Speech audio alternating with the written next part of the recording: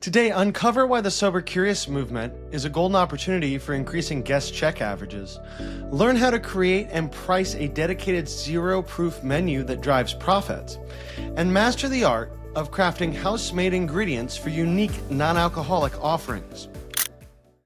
Hello and welcome to the Bar Business Podcast, where we help bar owners increase profits, attract loyal guests, and simplify operations, so you can avoid burnout and finally enjoy your life outside of your bar. I'm your host, Chris Schneider, the Bar Business Coach. Before we get started, a quick thank you to our sponsors, Spot On, who provide a great modern POS solution for the bar and restaurant industry, and Starfish, who use AI to turn your books into actionable steps to increase profits. So we're diving into how bar owners can capitalize on the booming non-alcoholic beverage trend, create innovative zero-proof offerings, and boost profits while attracting a broader customer base. Now, we discussed mocktails all the way back in episode 17, which was 2023. This was when it was first coming in the scene. I think I expressed in that episode, I really don't understand this whole movement. I'm going to be real honest with y'all. I still don't really understand why mocktails and Sober Curious are a thing. Not that I don't understand that people want to have that social experience and not drink, but for instance, my brother is not a drinker. He never consumes alcohol at all. And he orders club soda because it's cheap. So I don't understand why you could order club soda, hang out with your friends, no big deal, and you'd rather order, a $12 thing of juice, of different juices put together with maybe some fake booze in it. But here's the fun part about this. It doesn't have to make sense to me. It doesn't even have to make sense to you. It doesn't have to make sense to any of us, because this is a trend that is real. This is something going on in our market. And as a business, we have to respond to that. And we have to look at, hey, do we have these offerings? Are we maximizing the ability of our non-alcoholic cocktails for our bar? And what's interesting is, if we look at the current landscape with all this, Google searches for non-alcoholic cocktails have surged over 300% in the last few years. But many bars are still treating them as an afterthought. That's telling you right there that, yeah, we don't have to understand it. I don't get it. You may not get it, but we need to do it. And the challenge that most bar owners feel here, and it's the challenge that I feel too, is balancing traditional alcohol sales, what we know to be true, with evolving customer preferences and maintaining profitability, right? The less people that want to drink, the harder it is for us to make money. Again, from a consumer perspective, why you would be a non-drinker and you'd go to a bar and order anything other than a soda is beyond me. But from a bar owner perspective, yeah, I'd much rather sell you a $12 glass of juice or different juices and some fake booze put together in a glass, right? But the good news here is, when we think about this overall, if we take on the right approach and we look at this and treat it as a reasonable part of our business, non-alcoholic offerings can be just as profitable as traditional cocktails, open up new revenue streams, and bring in new guests.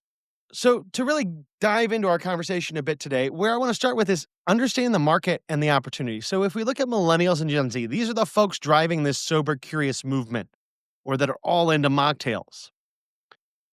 And the big difference, I think, between, and this, I'm a millennial, but I'm an older millennial, like barely not Gen X millennial. And so maybe that's part of what's going on here, because these millennial and Gen Z, the younger millennial and Gen Z folks, are willing to pay premium prices for non-alcoholic alternatives to cocktails. And so in turn, that means in some cases, zero-proof drinks can actually yield higher profit margins than traditional cocktails. Now, obviously, that's going to depend on exactly the juices, whether or not you're using, say, non-alcoholic vodka or non-alcoholic tequila, which, again, it's beyond me that that's even a thing. But if you write those menus properly, they can be just as profitable as the rest of your menu.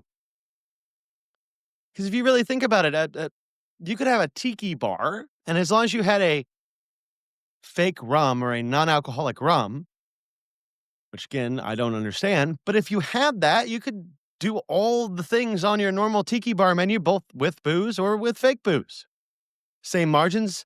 And, I will admit, I have not costed out a lot of non-alcoholic alcohol because, well, if I'm going to drink, I'm going to drink. And I don't own a bar. I've had some clients that have looked into this.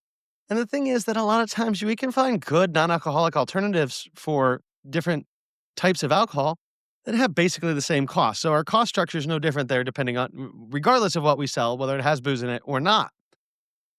Now, the big thing here is because Millennial and Gen Z are so into this, that's your young folks. That's the people you need to come in the evening and really bring energy into your bar.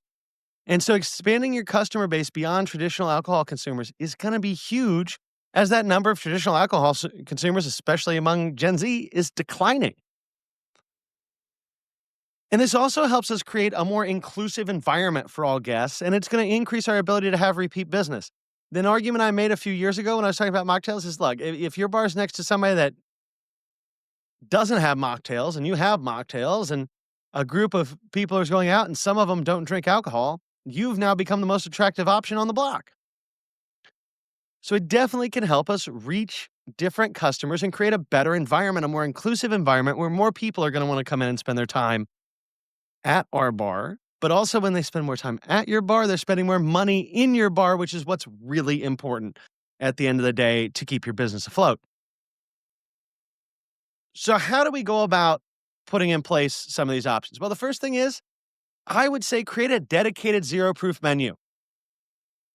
Now, why do I want that as a separate menu? You could include it in your regular cocktail list. That's absolutely fine. And there are lots of bars out there that do it. But if you're really going to focus on zero proof items, there's no reason not to print out 5 or 6 of them on a separate page, even if it's also on your cocktail menu. So when people say they don't drink, you can just hand them exactly what they can order.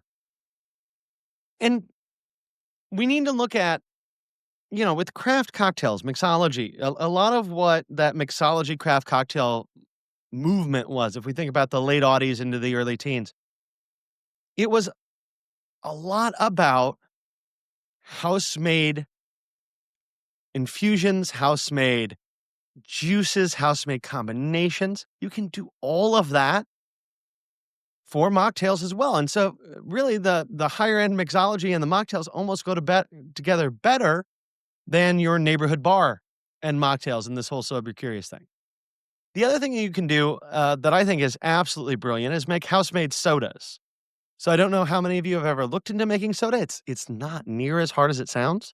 It's essentially some syrup, some water, and some CO2. You have a soda. It's pretty easy. And you can charge a heck of a premium on house-made sodas, and they're not that expensive to make at all.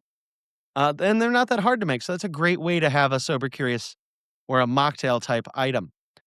Also look at incorporating seasonal and local ingredients for fresh appeal, right? Just like the rest of your menus change on a quarterly basis to reflect what's going on in your local community, the seasons, the weather, all of that good stuff.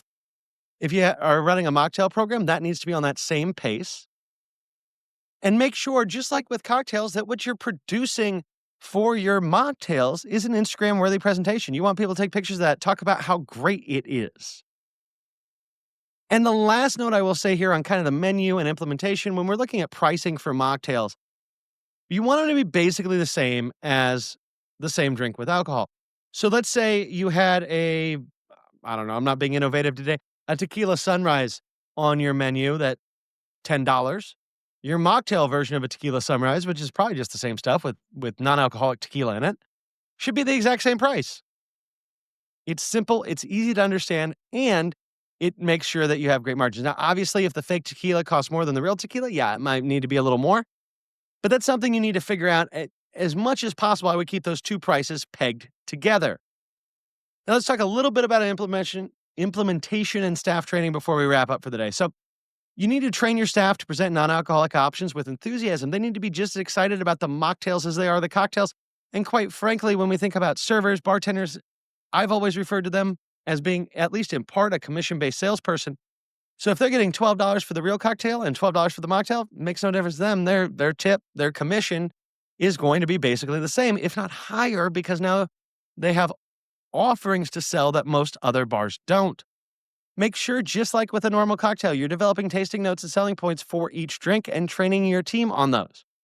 Make sure you have standardized recipes so that everything comes out absolutely consistent every time, just like you would with a normal cocktail. But most of all, the one thing that I would do differently about mocktails than cocktails is I would track your sales closer. I would get customer feedback. I'd start with mocktails as essentially just non-alcoholic versions of my cocktails, and then I would kind of define that, narrow it in as time goes on so that we can better serve the market that you're in and that you can actually build some mocktail business. So just remember, the zero proof revolution represents a significant opportunity for bar owners to increase profits, attract new customers, and stay ahead of industry trends. It's weird. We may not understand it, but that sentence is still true. So by implementing a thoughtful non-alcoholic beverage program, training your staff effectively, and maintaining high standards, you can successfully tap into this growing market while maintaining your traditional offerings and in turn increasing your bottom line. That about wraps it up for today. If you enjoyed today's insights, make sure you like, subscribe, and leave a review. If you are ready to take your bar to the next level, schedule a strategy session with me by clicking the link in the show notes below. Until next time, have a great day, and we will talk again later.